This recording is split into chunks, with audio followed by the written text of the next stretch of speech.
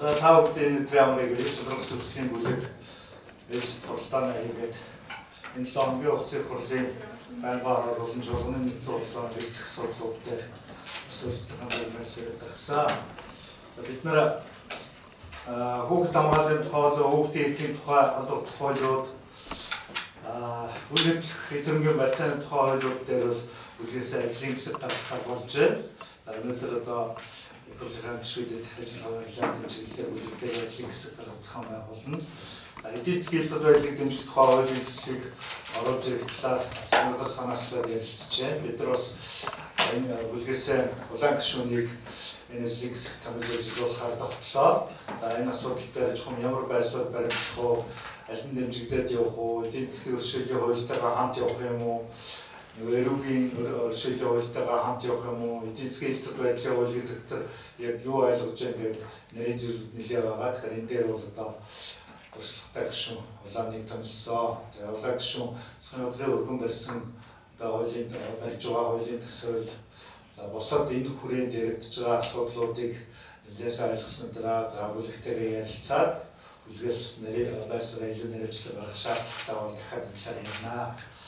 За бидний өнөөдрийн бас нэг ярьсан зүйл бол тавталгын нүүрсний ордыг хөгжүүлэх улсын хурлын тогтоол улсын хурлд орж ирээд за ингээд нэрээр 3-7 хоног өнгөрчлөө. Уул нь бол ерөнхийдөө 2-7 дотор та хэлцэж өгнө гэсэн хүсэлт гаргаж ирсэн.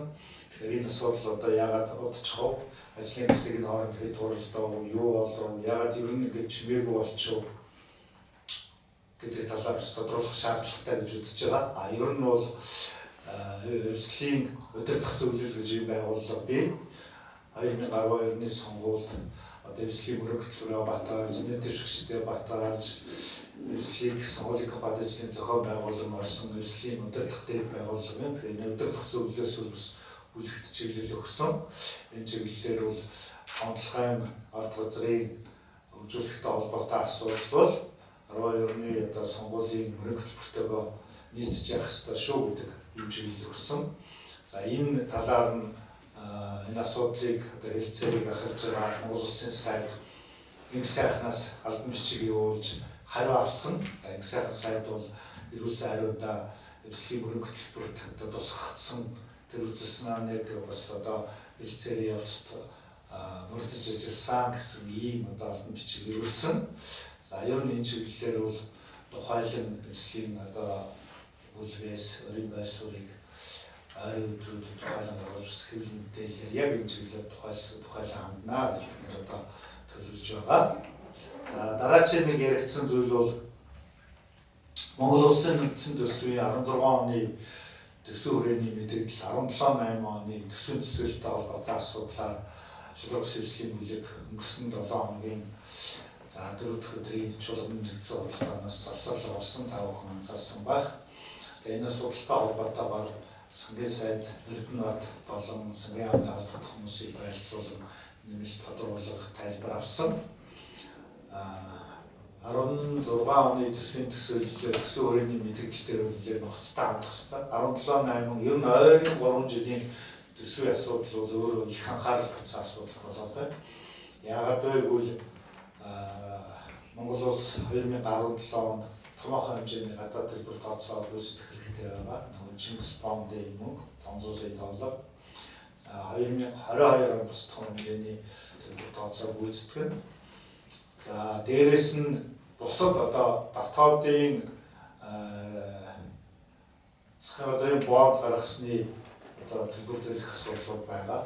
Ерөнхийдөө олон жил ингээд төсвийн алдагдaltaй баталдаг. Тэгээд алдагдлаад одоо бонд гаргаж нөхдөг. Энэ байдал нь явсаар агаад сүүлдээ нийт одоо бондын дүн нь төсөвтэйгээ тэнцэх төсвийн орлогоосоо одоо 17-18 оноос бол давж мэдэх юм өрсөлдөй байдал хандж байгаа. Тэр учраас 17-8 оны төсвийн төсөөлөл дээр бол үнэхээр одоо нухсан ажиллах шаардлага гэдэг үгнээс бид нар завсарлага авч энэ сангийн сайд дээр нэлээд одоо бодлогын хэрэгцээ хийсэн гэж болно. Тэрнээс гадна бидний хэлж байгаа зүйл бол хэрвээ одоо төсвийн тодтголыг оруулж ирэх юм бол эхний хагас жилдээ багтааж яаралтай оруулж ирэх ёстой гэдэг энэ зүйлийг хэлж байгаа. Одоогийн байдлаар бол төсвийн орлого бол их хэмжээгээр тасалдсан юм байна. энэ хэмжээрээ үргэлжлэх юм бол одоо улс хурд зардлаас бусад зардал санхүүжилт хийж чадахгүй байдалд хүрч мэдээ байдалтай байгаа. Тийм учраас бол одоо хамт хацсан газраа байгуулсны хэрэг үйлээ яг энэ дээр их хурдан шуурхай ойлголцох. Тэгээд өрөвсөнд тол оруулж ирэх ихний хагасчлалтай одоо энэ 5-6 сартай яалтаа оруулж батлуулах шаардлагатай.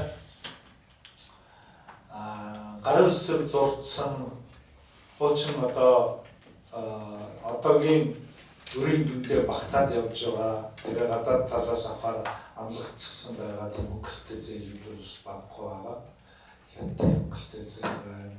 Солонгос эзэн банкны өнгөлтэй зээл. Энэ дээр улсын газар их хурдан шуурхай их маневртай санхүүгийг оновчтой эсхийн гаргаж ажиллах хэрэгтэй гэдэг дээр манай гишүүд саналаа хэлж байна. Энэ зүйлүүдээр илүү одоо санаачлах хурдан ажиллах шаардлагатай. За ийм асуудлуудыг өнөөдөр бид нэр бүлэг дээр ярилцлаа.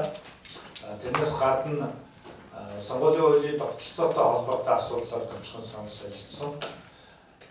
Тэгээ энэ тогтолцоогоо орой үед бас бид нэр босод намжлалын бүлгүүдтэй яаж одоо яриад тогтолцоод орох вэ гэдэг дээр бол ярих шаардлагатай байгаа учраас бидний хуучин өмнө гаргаж ирсэн санал одоо зарим одоо намжлалаас гарч байгаа бусад санал дээр ярилцаад одоо эхний хагасчил багтааж батлах ёстой том хуулиудын жагсаалтанд сонгуулийн хууль байгаа учраас энэ дээрээ бас манай бүлгүүл хоёр намаас хүрддэг намууд дээр дахиад нэг ярих ёстой гэсэн ийм чиглэлийг би бүлийн төлөвлөлт бол намуудын удирдлагуудад хөргүүлж байна.